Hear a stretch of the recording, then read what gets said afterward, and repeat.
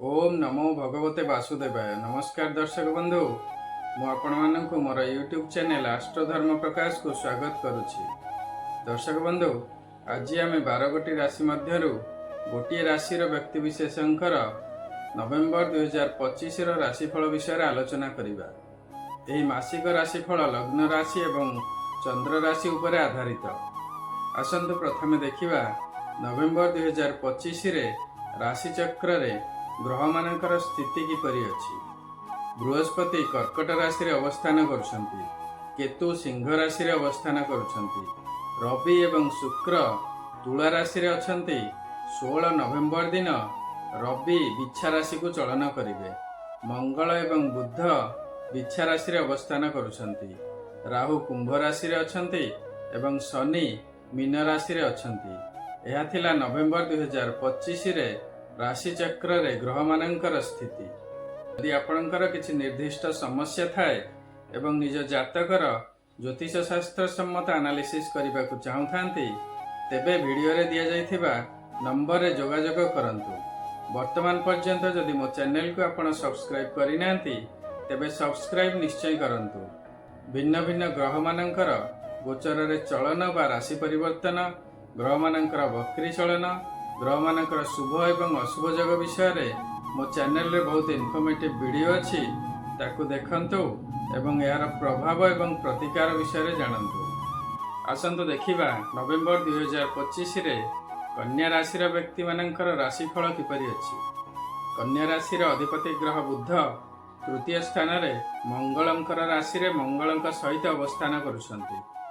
मंगलंकर शत्रु ग्रह हेउछंती बुध, मात्र एही स्थान को बृहस्पतिंकर दृष्टि रहुछि, तेणु स्वास्थ्य दृष्टि समय ओवरऑल ठीक रहिबो। मंगल हेउछंती आपणकर अष्टम स्थान अधिपति ग्रह, तेणु मंगलंक सहित बुध अवस्थान करुथिबारु एक्सीडेंट हेबार संभावना रहुछि बा कोनोसी सर्जरी हेबार मध्य संभावना रही पारे। आपणकर षष्ठ स्थान रे वर्तमान राहु अवस्थान करुछंती। राहु हेउछंती मानसिक रोग, हेड एवं ब्रेन रिलेटेड रोगर कारक ग्रह। राहु मध्य नर्भस डिजॉर्डर एवं क्रोनिक डिजीज रा कारक ग्रह, तेणु सेथिप्रति टिके ध्यान देबे। आपणकर धनाधिपति शुक्र धन स्थान रे स्वस्थान रे अवस्थान करुछंती। बृहस्पति एकादश स्थान रे अछंती। एकादश बृहस्पति अत्यंत शुभ अटंती। धन धान्य यश प्राप्ति हुए। गोरु भूमि गृह धातु जानवाहन इत्यादि प्राप्ति हुए। गृह मध्य समस्त प्रकार शुभ कार्य हुए। वर्तमान आपणकर वाणिज्य व्यवसाय रे उन्नति हेब, आय बढ़िब, लाभ मध्य हेब। नूतन व्यवसाय आरंभ करिवार संभावना मध्य अछि। जदि पूर्वरु काहाकु आपण किछि धार उधार देइथिबे रिटर्न मिलु नथिबो, ताहा मध्य वर्तमान मिलिबार संभावना अछि। द्वितीय स्थान पारिवारिक सुखर मध्य स्थान अटे। जेहेतु द्वितीय स्थान अधिपति शुक्र द्वितीय स्थान रे बा स्वस्थान रे अछंती, परिवार रे मध्य भल समय रहिबो। समस्त सदस्यंक मध्य रे संपर्क मध्य भल रहिबो। स्वामी स्त्री मध्य रे संपर्क रे मधुरता रहिबो। संतान मानक सहित मध्य संपर्क भल रहिबो। पितांक ठारू सहाय्य सहयोग मिलिबो। परिवार रे धार्मिक परिवेश रहिबो। गृह मध्य विवाह व्रत भली शुभ कार्य हेबार संभावना देखा देई पारे। गृह मध्य धर्म कर्म पूजा पाठ इत्यादि धर्मानुष्ठान आयोजन हेबो। नवेम्बर 2025 रे संतान मानकर मध्य भल समय रहिबो। स्वास्थ्य भल रहिबो। विद्या शिक्षा रे उन्नति करिवे। कन्या राशि रो विद्यार्थी मानकर मध्य विद्या शिक्षा दृष्टि समय बहुत भल रहिबो। टेस्ट बा एग्जामिनेशन जदि थाए सेथिरे उत्तम प्रदर्शन करिवे। हायर एजुकेशन पई जदि चेष्टा करुथिबे सेथिरे मध्य सफल हेबे। आपणकर वैवाहिक जीवन मध्य भल रहिबो। जदि विवाह पई चेष्टा करुथिबे तेबे विवाह हेबार संभावना अछि। कन्या राशि रो कर्माधिपति हेउछन्ते बुध, जे कि राशि रो मध्य अधिपति ग्रह। बुध इच्छा राशि रे तृतीय स्थान रे अछन्ती। तृतीय स्थान पराक्रमर स्थान एवं तृतीय स्थान को बृहस्पतिंकर मध्य दृष्टि रहुछि, तेणु कर्म क्षेत्र रे भल समय रहिबो। कार्य सिद्धि हेबो। क्यारियर रे मध्य उन्नति करिवे। तृतीय स्थान रे बुधंक सहित ମଙ୍ଗଳ ଅବସ୍ଥାନ କରୁଥିବାରୁ ନିଜ ବାଣୀ ଏବଂ ବଚନ ଉପରେ କଣ୍ଟ୍ରୋଲ ରଖିବା ପାଇଁ ଚେଷ୍ଟା କରିବେ। କର୍ମକ୍ଷେତ୍ରରେ ପ୍ରଶଂସା ନିଶ୍ଚୟ ପାଇବେ। ପ୍ରମୋସନ ଏବଂ ଇନକ୍ରିମେଣ୍ଟ ହେବାର ମଧ୍ୟ ସମ୍ଭାବନା ରହିବ। କନ୍ୟା ରାଶିର ଘାତ ବାର ହେଉଛି ଶନିବାର, ଘାତ ଚନ୍ଦ୍ର ହେଉଛି ମିଥୁନ ଚନ୍ଦ୍ର, ଘାତ ତିଥି ହେଉଛି ଅଷ୍ଟମୀ ତିଥି, ଘାତ ନକ୍ଷତ୍ର ହେଉଛି ଶ୍ରବଣ ନକ୍ଷତ୍ର। ଏହି ଦିନମାନଙ୍କରେ ଅଘଟଣ ବା ଦୁର୍ଘଟଣା ହେବାର ସମ୍ଭାବନା ଥାଏ। ସାବଧାନତା ଅବଲମ୍ବନ କରିବେ। କନ୍ୟା ରାଶିର ଶୁଭ ବାର ହେଉଛି ବୁଧବାର, ଶୁଭ ରଙ୍ଗ ହେଉଛି ଗ୍ରୀନ୍ ଏବଂ ବ୍ରାଉନ୍, ଶୁଭ ରତ୍ନ ହେଉଛି ମରକତ ରତ୍ନ, ଶୁଭ ଧାତୁ ହେଉଛି ସୁନା, ଶୁଭ ଅଙ୍କ ହେଉଛି 5, 6 ଏବଂ 2। ନିଜ ଦୈନନ୍ଦିନ ଜୀବନରେ ଏହାର ସଦୁପଯୋଗ କରନ୍ତୁ ଏବଂ ଶୁଭ ଫଳ ପାଆନ୍ତୁ।